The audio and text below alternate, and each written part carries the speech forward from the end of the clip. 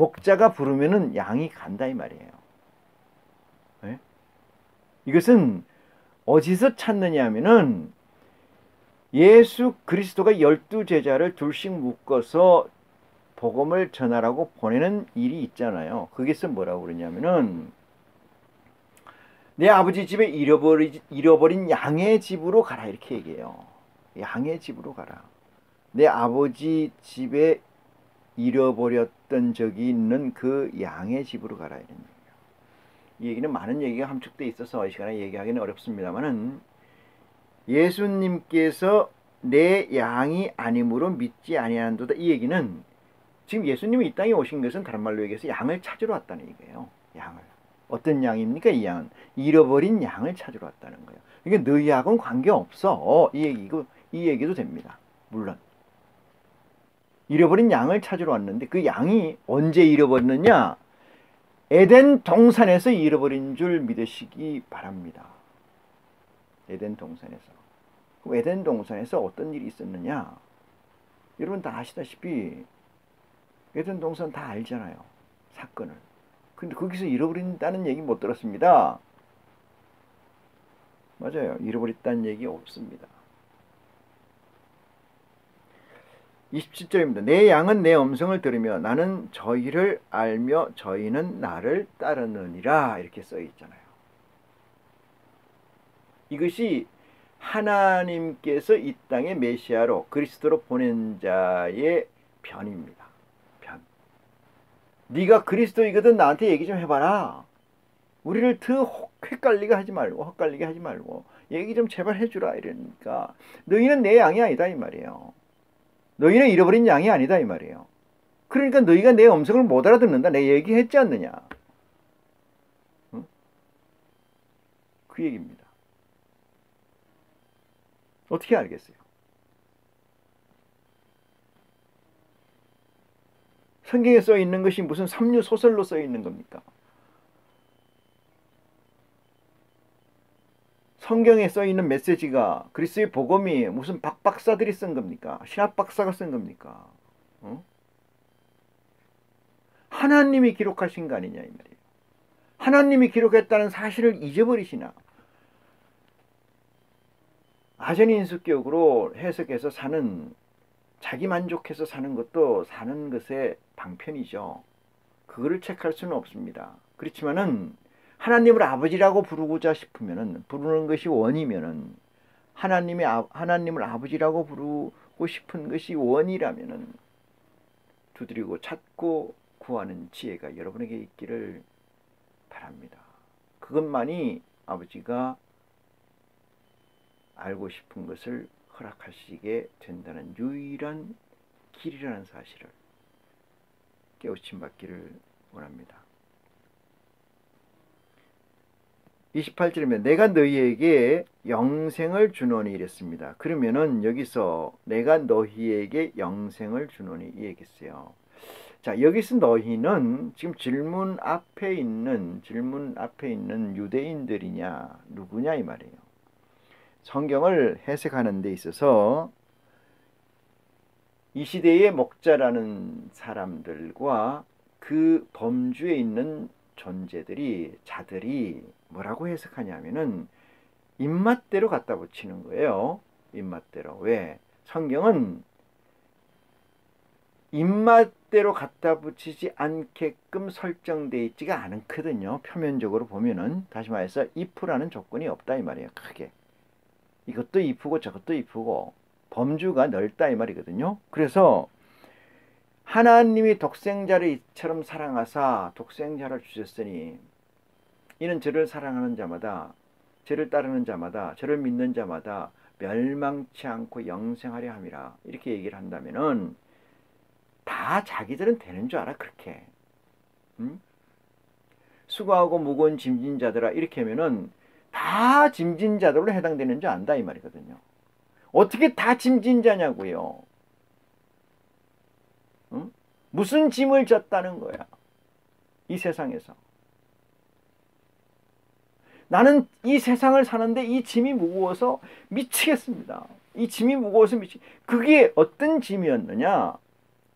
이 세상의 가치를 구하고자 하는 그 삶의 여정에서 찾는 짐 아니, 가진 짐 아닙니까?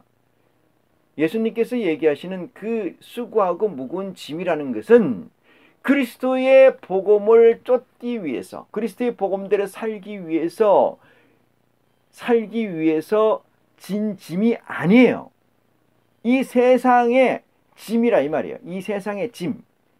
모세로부터 내려와 있는 율법 속에 있는 그 규율을 지키기 위해서, 그렇게 살기 위해서 고난에 쩌들어 있는, 힘들어하는 그들을 향해서 얘기하는 거예요. 그런데 이 세상을 사는 사람들이 모세의 율법대로 살기 위해서 고난을, 무거운 짐을 졌다고 생각하는 사람들이 있었느냐, 이렇게 물을 때 여러분은 어떤 대답을 할 수가 있습니까?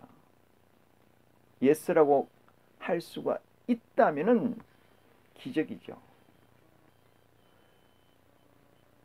나는 수고하고 무거운 짐진 자가 아닌데 하도 가작해서 갔어. 가자는 게 뭐예요? 좋다니까 갔어.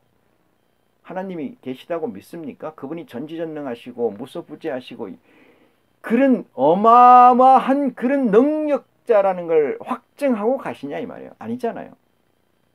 그냥 가는 거 아닙니까? 그 가서 성도도 되고 집사도 되고 권사도 되고 장로도 되고 목사도 되고 감독도 되는 거 아니냐 이 말이거든요. 수고하고 무거운 짐을 진 적이 있었느냐 이 말이에요. 모세의 율법에서. 모세의 율법이 수고하고 무거운 짐이 되어서 진 누르는 자라야만 예수 그리스도가 그 짐을 내려주는 거지. 세상에서 소외되고 세상에서 가진 게 없고 세상에서 권력에 밀려서 핍박받는 것들, 그것이 그로 인해서 내가 갖는 고통이 짐진 게 아니라는 사실을 명심하는 지혜가 있기를 축원합니다.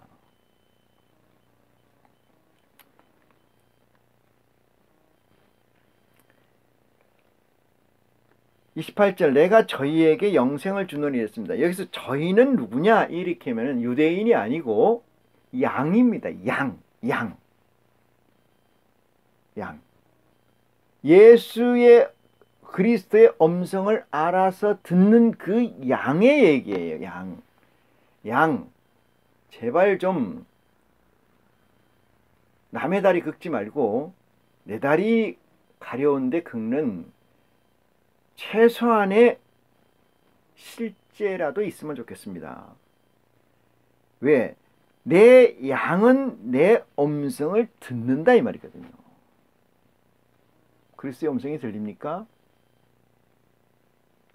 하나님의 음성이 들리시냐 이 말이거든요.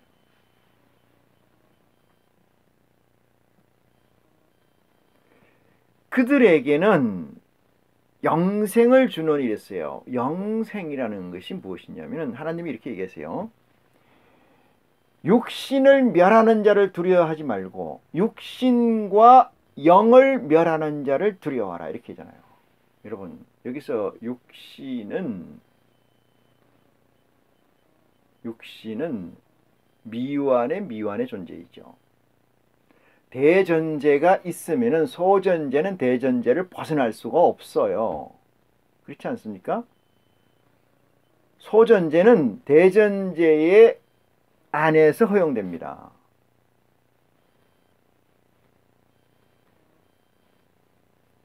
대전제가 뭐냐? 하나님은 영이시라는 거예요. 하나님은 영을 멸하시는 유일한 존재라는 거예요. 영을 멸하시는 유일한 존재. 우리에게 주신 메시지에 보면은 육을 멸하는 자를 두려워하지 말고 영과 육을 능력으로 멸하는 그분을 두려워하라. 그분은 누구예요? 창조주 하나님이신 줄 믿으시기 바랍니다. 창조주 하나님. 그분을 두려워하는 지혜가 이 시간에 여러분에게 있기를 간절히 축원합니다. 내가 저희에게 영생을 주노니 영원히 멸망치 아니할 터이요 이랬어요. 여러분 두 가지가 존재합니다. 영원히 멸망치 않는다는 것은 멸망이라는 것과 죽는다는 것이 뭐냐면 두 가지 개념이 같이 똑같은 개념 아니냐? 물론 그렇게 해석할 수도 있어요. 그렇지 않습니다. 멸망이라는 것은 존재가 사그라지는 거예요. 사그라지는 거. 멸망이라는 건 멸해서 없어진다 이 말이거든요. 죽는다는 게 그냥 죽는 거예요. 육체는 멸망하는 거예요. 멸망. 이 육체는 죽는 게 아니고 멸망하는 거다고요. 그러면은 멸망치 아니할 터이여 이랬어요. 영원히 뭐가 영은 죽느냐 사느냐 이게요. 죽고 살고 영은 죽고 살고만 있지 멸망이라는 건 영은 없습니다.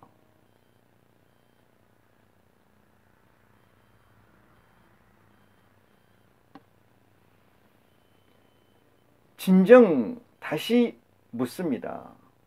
여러분 영이 멸망되는 게 무서워서 교회를 가고 그리스도께 기도하고 하나님께 기도하고 10의 1조를 내고 교회를 다닙니까? 영이 멸망이 들어와서? 어느 누가 영의 멸망이 들어와서 교회를 나간답니까? 어느 누가? 어느 목사가? 어느 교황이? 정도껏 해야지요. 정도껏. 정도껏. 또 저희를 내 손에서 빼앗을 자가 없느니라 이랬습니다. 영의 주관자는 아버지이시라는 거 아시죠? 빼앗는다는 건 뭡니까? 빼앗길 자가 없다는 것은 뭐예요? 영원한 생명에 관한 이야기입니다. 영원한 생명이라는 것은 완성체의 생명이에요. 완성체의 생명. 하나의 생명 같습니다만 이거는 육체적 존재와 영적 존재가 퍼펙트하게 완성된 가치를 얘기합니다. 이 개념을 이해하지 못하면 포이어바흐처럼 포이어바흐에게 욕먹는 것처럼 정신병리학적 존재들이라고 얘기할 수밖에 없어요. 종교 철학이 어디 있습니까? 신학 박사가 어디 있어요? 하나님 앞에 그게 존재합니까? 하나님 앞에 신학 박사가 존재하고 종교 철학이 존재하냐 이 말이에요. 다 지들 철학 아니냐고. 이 세상 철학이 아니냐고요. 거기에 줄 세워서 그들로 하여금 바치게 하고 그걸로 먹고 살고 복락을 누리려고 하는 것이 아니냐 이 말이거든요. 진정 하나님을 위하는 것이냐 라고 여러분에게 스스로 묻는 축복이 이 시간을 통해서 있기를 바랍니다. 29절입니다. 저희를 주신 내 아버지는 마녀보다 크심에 있습니다. 저희를 주신 내 아버지는 이랬어요. 그 저희라는 건 누구예요? 양들이죠. 마녀보다 크심에 아버지 손에서 빼앗을 수 없느니라. 나와 아버지는 하나이다. 이러니까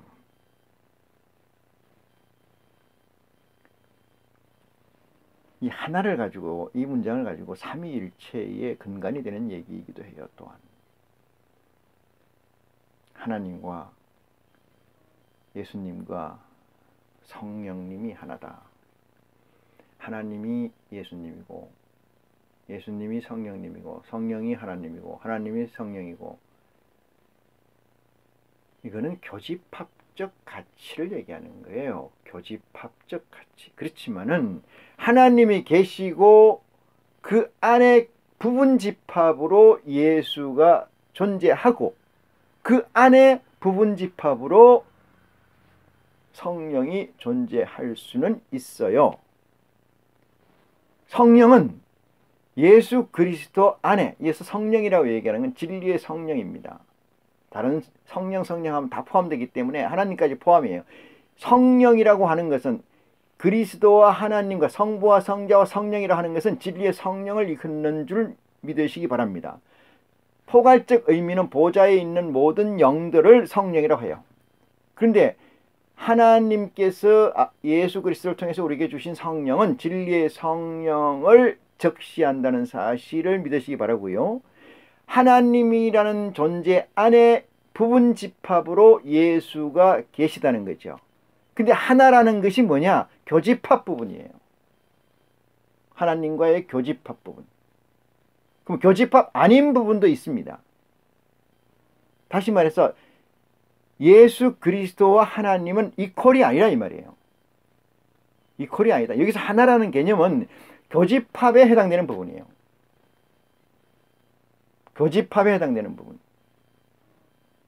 그러면 이게 교집합이 아니라고 하나님 이퀄 예수 그리스도라면 예수 그리스도가 이 잔을 내게서 가능하면 지나게 해 주시옵소서라고 하는 것은 교집합 아닌 부분이라는 거예요. 성령은, 진리의 성령은 어떤 거냐? 하나님과 예수님과의 두 개의 존재의 부분 집합이냐 아니다 이 말이에요. 부분 집합이 있을 수도 있으나 별도의 존재의 부분을 가지고 있다.